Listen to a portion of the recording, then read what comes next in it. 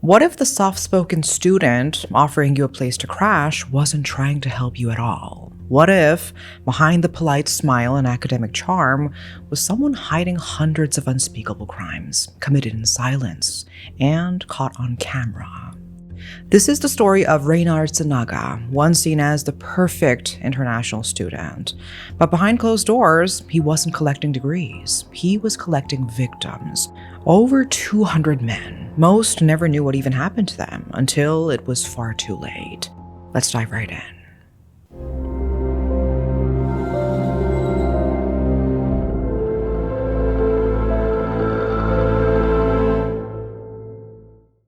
It all came to light on June 2nd, 2017. A 20-year-old stumbled into a Manchester police station.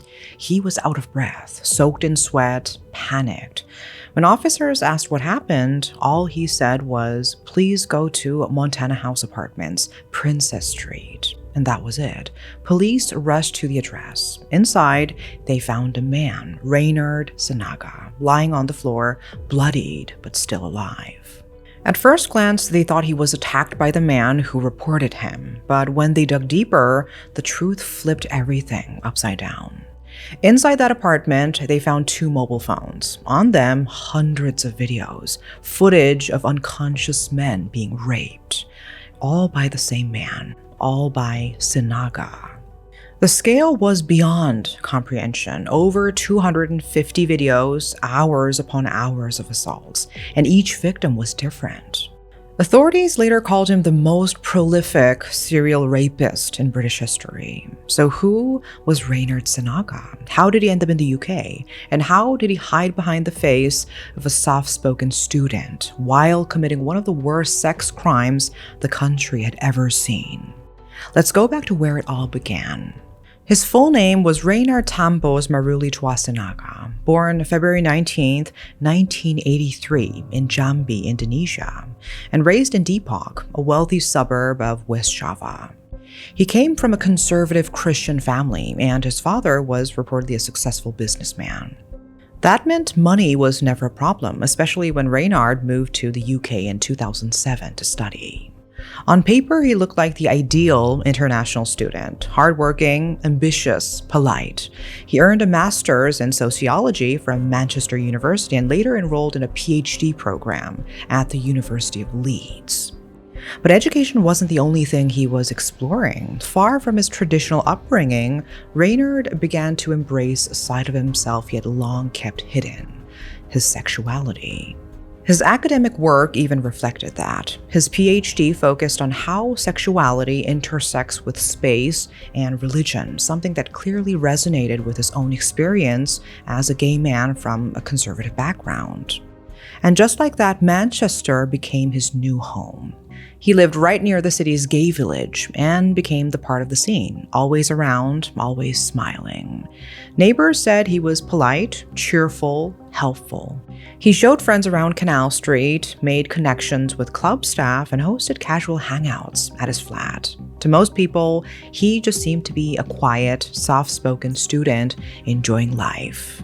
But all of that, his neat appearance, his quiet voice, his academic persona, was carefully curated. He came off as harmless, even forgettable. And maybe that's what made him so dangerous, because behind closed doors, Reynhard Sinaga was building a secret world, one driven by something far darker. He didn't need to work. His family funded everything. So while his classmates were juggling part-time jobs and deadlines, Reynhard was out partying, dating multiple men, living a life of freedom.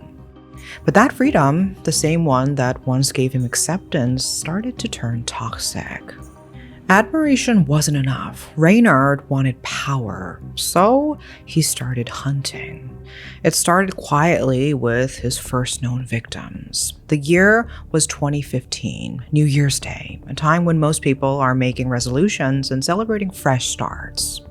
For one young man, though, that night marked something very different, a trauma he wouldn't even know existed until years later. He was a young, heterosexual man, just out celebrating the new year with his girlfriend and friends in central Manchester. Like so many others that night, he ended up outside a club called Factory, drunk, disoriented, and separated from the people he came with. And that is when Reynhard Sinaga approached, thin, polite, softly spoken. He didn't look threatening. If anything, he seemed like the kind of guy you would trust, someone who just wanted to help. "Hey, are you alright? Want to wait at my place? You can charge your phone, wait for your girlfriend." The victim agreed. It was late, and he was cold. Reynhard seemed kind. Inside the apartment, Reynhard offered him a drink. He accepted, and just like that, he was unconscious. The camera was set, lights off, the door was locked. Reynhard filmed himself raping the man twice while he lay completely still, out cold. No resistance, no consent, just another body, just another recording. But Reynhard didn't stop there. He took a photo of the unconscious victim and sent it to a WhatsApp group chat alongside a mocking message. "Super Ray saves straight boys from their monstrous girlfriends." It was a joke to him, a victory. The next morning, the victim woke up groggy, his head spinning, his clothes disheveled. He was covered in vomit. Confused and embarrassed, he looked around the unfamiliar apartment and saw Reynhard, calm and collected. Reynhard told him he had found him passed out outside Factory and brought him in to help. The man thanked him, apologized for being a burden, and walked out the door completely unaware that he had just been raped. And Reynhard had just discovered how easy it was. No police, no consequences. So he did it again. And again. Over time, this pattern hardened into something more disturbing. Because for Reynhard, it wasn't about sex. It wasn't even about desire. It was about power. He deliberately targeted straight men, men with girlfriends, men who would never willingly sleep with him. And in Reynhard's warped mind, that made them trophies. Psychologists believe it wasn't just the act that aroused him, it was the power, the domination, and the humiliation. This twisted idea of conversion, as if each unconscious victim somehow validated him. Every assault wasn't just abuse, it was a win. He didn't rely on force or threats. He used charm, trust. Predators like Sinaga don't look like monsters. They look polite, soft-spoken, and forgettable. And that's exactly how he lured them in. He knew when to strike, usually in the early hours of the morning when the city quieted and defenses were down. His targets were drunk, disoriented, maybe trying to get home. Reynhard would offer a safe place to wait for a cab, charge a phone, or just rest. Sometimes he paid for their drinks. Other times he played the good guy, rescuing someone who looked vulnerable. He had a gift for reading the moment, for sensing when someone's guards were lowered by alcohol or exhaustion. His small frame, gentle voice, and helpful tone made him seem like the safest option on the street. Some of his friends later admitted his late-night routine seemed odd. He was always out when most people were heading home. A friend even said his habits felt more about bringing people in than partying himself, but no one thought much of it at the time. A neighbor who lived on his floor recalled occasionally seeing young men leave his flat looking dazed. Still, nothing ever set off alarm bells. Because once they stepped inside his apartment, the trap was already set. He would offer them a drink, just one more before bed. But what they didn't know was that it had been spiked. The drug, GHB, sometimes called the party drug. In the wrong hands, it's a predator's tool. It knocked them out cold. No warning, no off taste, just darkness. And once unconscious, they couldn't scream, couldn't resist. They couldn't even remember what had been done to them. And once they were knocked out, Reynhard would set up his phone, angle it perfectly, then begin filming what he did to his victims. He preyed on the fact that his victims would likely chalk up their memory loss to their drinking or a particularly heavy night out. Even for those who felt a vague unease or confusion, the physical evidence of assault wasn't immediately apparent, and the effects of GHB all but erased their ability to piece together what had happened. Sinaga not only relied on their vulnerabilities, but also on the fact that society often dismisses male victims of sexual assault. Some of his victims, after waking up disoriented, in pain, tried to speak up. They told friends or family something didn't feel right. That they woke up sore, confused, and with a pain that no amount of alcohol could explain.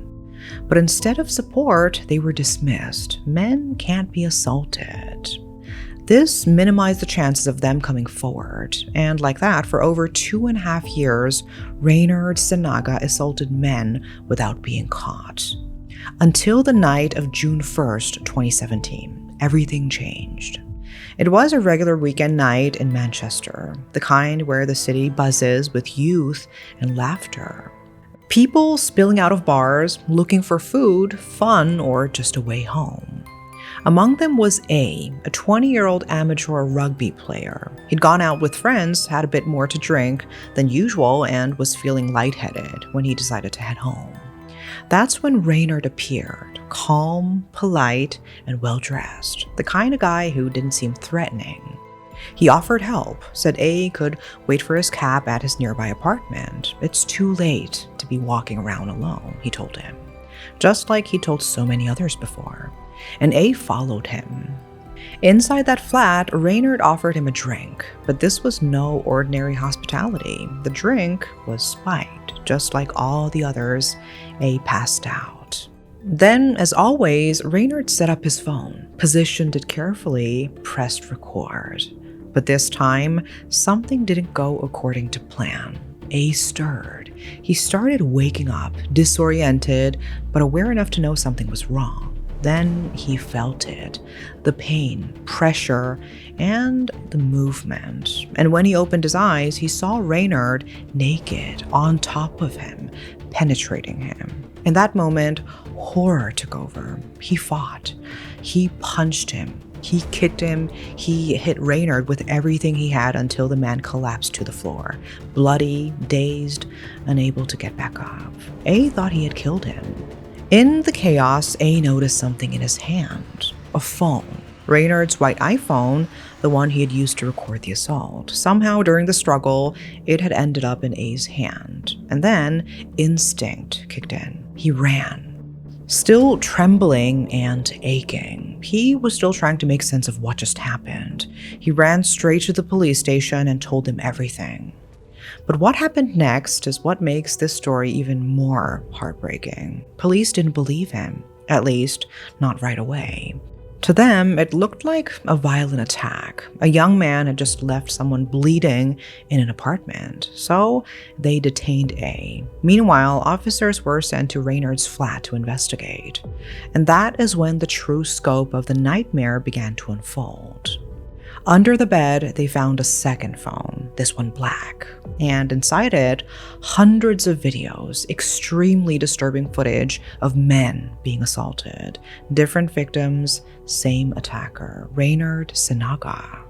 The victims appeared unconscious, many audibly snoring, completely unaware of what was being done to them.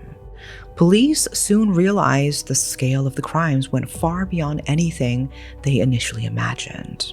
In total, over 3 terabytes of footage were uncovered, enough to fill about 250 DVDs. That's more than 1,500 hours of video. One clip showed a man being raped 8 times over the course of 15 hours. Detective Inspector Zed Ali, who led the investigation, later remarked he had never seen anything so meticulously recorded. This wasn't just evidence of criminal behavior. It was a haunting archive of premeditated abuse. And in many of these recordings, Reynhard is seen smiling, posing, talking to the camera, as if he were filming a vlog. Alongside the videos, investigators found a disturbing collection of personal items belonging to Sinaga's victims. Phones, wallets, student ID cards, driving licenses, wristwatches, all belonging to different victims. But that wasn't all. They found something even more disturbing, what investigators later called Reynhard's trophies. Alongside the stolen belongings were digital folders, labeled, organized, containing photos of his unconscious victims, screenshots of their Facebook profiles, their faces frozen in time. Faces he had gone back to find after the assaults, like souvenirs. The police weren't just dealing with a rapist. They were dealing with someone who cataloged his crimes, who relived them, a trophy rapist. But thanks to the mountain of evidence he obsessively kept, police were able to start identifying his victims. They matched faces from videos to the ID cards in the apartment, watches, phones, wallets, Facebook accounts. Social media also came into play. Sinaga's WhatsApp messages boasting about his conquests further confirmed everything he had done. As the investigation grew, another layer of his predatory behavior came to light. Reynhard had also used social media to target some of his victims. He would slide into their DMs, posing as a friendly, well-meaning guy, a good Christian, he said, someone safe to talk to. And for many of these young men, some of whom were new to the city or had never questioned the kindness of a stranger, accepting that friend request seemed innocent enough. They had no idea they were walking straight into the lair of a monster. While the official charges in court only traced back to 2015, investigators strongly believe Reynhard had started far earlier, possibly in 2005, 2 full years before even arriving in the UK. When the story finally broke, it shook the country. Britain's most prolific rapist. That headline was everywhere. And for once, that phrase didn't feel like exaggeration. He reportedly had over 200 victims, but not everyone could or wanted to come forward. Police identified at least 48 victims who were named and included in the trials. Around 70 victims are still unaccounted for. But it wasn't just the scale that haunted investigators. It was the confidence, the narcissism. Even with mountains of evidence stacked against him, videos, stolen IDs, victim testimony, Reynhard Sinaga didn't flinch. He pleaded not guilty to every single charge. And because of that, dozens of men, his victims, had to endure something they never should have faced, retelling the worst night of their lives in a courtroom. For many, it meant reliving the trauma in painful detail, watching the videos, their videos, played in front of strangers, lawyers, jurors, and him. Then came Sinaga's defense. He claimed it was all consensual, that the men had agreed to participate in sexual role play, that they had willingly pretended to be unconscious to act out his fantasies. But prosecutors shut it down with hard evidence. The videos showed men snoring, completely unresponsive. Medical experts testified that GHB left victims incapable of moving, let alone consenting. His defense didn't hold, but the damage was done. By forcing his victims to testify, to publicly challenge his lies, Sinaga inflicted a second layer of trauma, one that no sentence could truly erase. Due to the complexity of the case, the prosecution was divided across 4 separate trials that stretched from mid-2018 to late 2019. By the time the final group of witnesses took the stand, Reynhard had already been found guilty of raping dozens of men across 3 separate trials. Yet, he refused to testify in 2 of them. He never tried to explain himself under oath. He let the videos speak for him, and they said enough. The presiding judge addressed this directly. It is almost beyond belief that someone who could profess some Christian faith could at the same time have been committing such wicked and evil crimes. In the end, the verdict was clear. He received a sentence of 88 concurrent life terms for 138 counts of rape, 14 counts of sexual assault, 8 counts of attempted rape, and 1 count of assault by penetration. The initial minimum term was set at 30 years, meaning he did not qualify for parole before the year 2047. However, this sentencing soon sparked public outcry. Many argued that the extraordinary scale and severity of his crimes warranted an even harsher punishment. On January 16, 2020, the case was referred to the Court of Appeal for review. Prosecutors argued that the sentence was too lenient, that the court should consider something rare, a whole life order. The court increased the minimum term to 40 years, ensuring Sinaga could not even request parole before 2060, when he would be 77 years old. The societal response to the case was immense. For the first time, many people began having serious conversation about male sexual abuse survivors, about the shame, the silence, the fact that men can be victims too. Following the public release of the case, the UK-based charity Safeline reported a significant increase in calls from men who had never spoken about their abuse before. Police also launched a hotline, hoping to identify even more victims, because they knew dozens, maybe hundreds of men still hadn't come forward. Duncan Craig, the founder of Survivors Manchester, emphasized that the case helped bring attention to the issue of male sexual abuse, which often goes underreported. It sparked a much-needed national conversation about the stigma that prevents many men coming forward and seeking help. And naturally, all eyes turned to Reynhard's family. In an interview with the Sunday Times, his mother said she visited her son after he had been beaten by A, the man who exposed him. She claimed she began to wonder whether A had made up the story altogether. And then she said this: "I don't believe in homosexuality, not in my religion." And even after everything, she said, "I will always believe in him."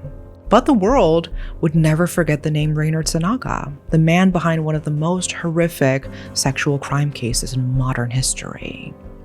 And interestingly, this wave of awareness that the case brought didn't quite reach Reynhard's home country. In Indonesia, where conversations around sexuality are often taboo, the reaction took a disturbing turn. Instead of focusing on the violence of Reynhard's crimes, some conservative leaders zeroed in on his sexuality. The mayor of Depok, Reynhard's hometown, publicly announced that he would begin raids targeting the local LGBT community, suggesting that homosexuality itself, not predatory behavior, was the threat. Human rights groups immediately condemned the move, calling it a dangerous misuse of a horrifying case to justify anti-LGBT persecution. But instead of opening hearts and minds, the conversation in Indonesia largely shifted to fear, stigma, and scapegoating. Then, for a few years, things went quiet. That is, until July 4th, 2023. Images began circulating online. Reynhard Sinaga, Britain's most notorious serial rapist, had been beaten inside his prison cell at HMP Wakefield. His face was swollen, bruised, and bloodied. The attacker was another inmate named Jack McRae, and that incident sparked something else. On February 2nd, 2025, at a press conference held by Indonesia's Coordinating Ministry for Law, Human Rights, and Immigration, officials confirmed that Indonesia had entered early-stage negotiations with the UK about the potential repatriation of Sinaga, either through a direct transfer or prisoner exchange with a UK inmate held in Indonesia. But the announcement exploded with backlash, because the question on everyone's mind was, why? Why bring him back to a country where, in some prisons, wealthy inmates have been known to buy comfort, luxury cells with air conditioning, plush furniture, private TVs, even internet access? People fear that his parents, who are wealthy and well-connected, could do the same. That Reynhard, despite everything, might end up in a cushy room instead of facing the kind of accountability he would in the UK. But as of now, Sinaga remains incarcerated in the UK's HMP Wakefield. While there were public discussions, no official prisoner transfer has taken place. But who knows? He might be able to escape what he did once more. So, Reynhard Sinaga's case forces us to confront a hard truth. Monsters don't always look like monsters. Sometimes they wear a smile. Sometimes they say all the right things. But behind the mask, they rely on silence. And that's why speaking out, especially for male survivors, isn't just brave, it's necessary. Because the more we talk about it, the harder it becomes for people like him to hide. That is all for today. Stay safe, stay aware, and thank you for watching.